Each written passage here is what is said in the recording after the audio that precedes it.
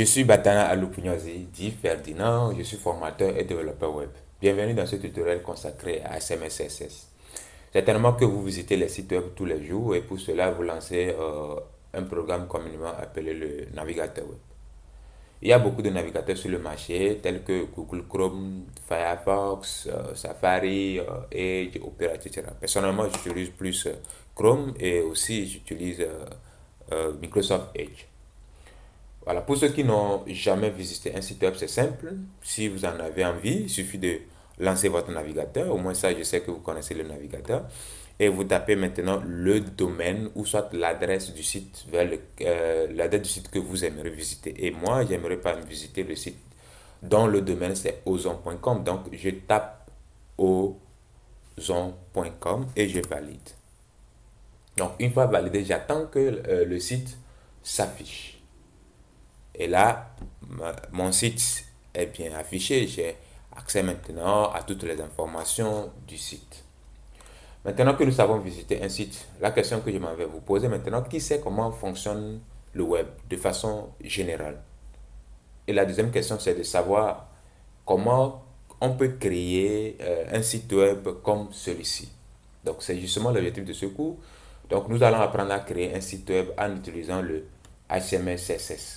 Donc, pour créer un site web, comment ça fonctionne? C'est simple, on doit donner les instructions à l'ordinateur. D'accord? Donc, il ne suffit pas simplement de taper le test qu'il y aura dans son site web. Ouais, il existe actuellement des outils qui permettent de le faire ainsi, c'est-à-dire les CMS. Donc, votre rôle serait seulement de faire des installations et de taper le test qui va s'y trouver. Donc, nous n'allons pas faire ça. Nous allons apprendre à donner des instructions à notre ordinateur, d'accord, pour qu'il sache où placer par le test, insérer des images, faire des liens entre les pages. Oui, je parle bien des liens entre les pages. Par exemple, ici, je suis sur le site. Si j'aimerais voir, par exemple, le contenu de la formation Flutter, je clique sur ce lien-là. Donc, il y a un lien qui relie ce que je vois et la prochaine page que je visite. Et voici la prochaine page. Et là, j'ai l'ensemble des informations liées, d'accord, à cette formation. Donc, il y avait un lien derrière.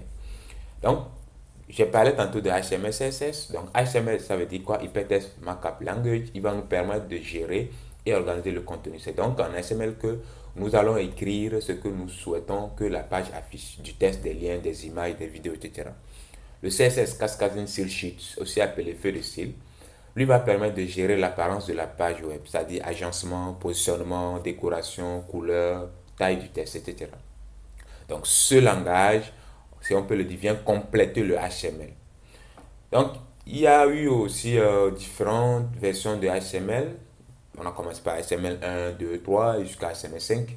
Et nous allons principalement étudier ici le HTML 5 qui est d'actualité, qui est plus utilisé sur le marché.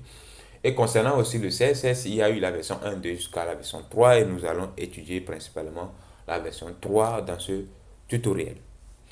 Donc, nous allons nous arrêter ici et dans la prochaine épisode, on va voir l'ensemble des prérequis et l'environnement qu'il faut mettre en place pour commencer par coder en HTML CSS.